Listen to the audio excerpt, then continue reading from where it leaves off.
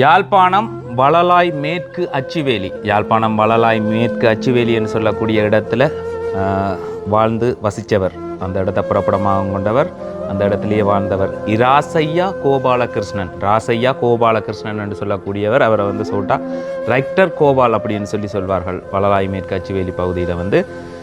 அதே மாதிரி மல்லாவிலையும் அவர் வசிச்சிருக்கிறார். அவர் 25/7/14 இறைபாதம் அடைந்திருக்கிறார்.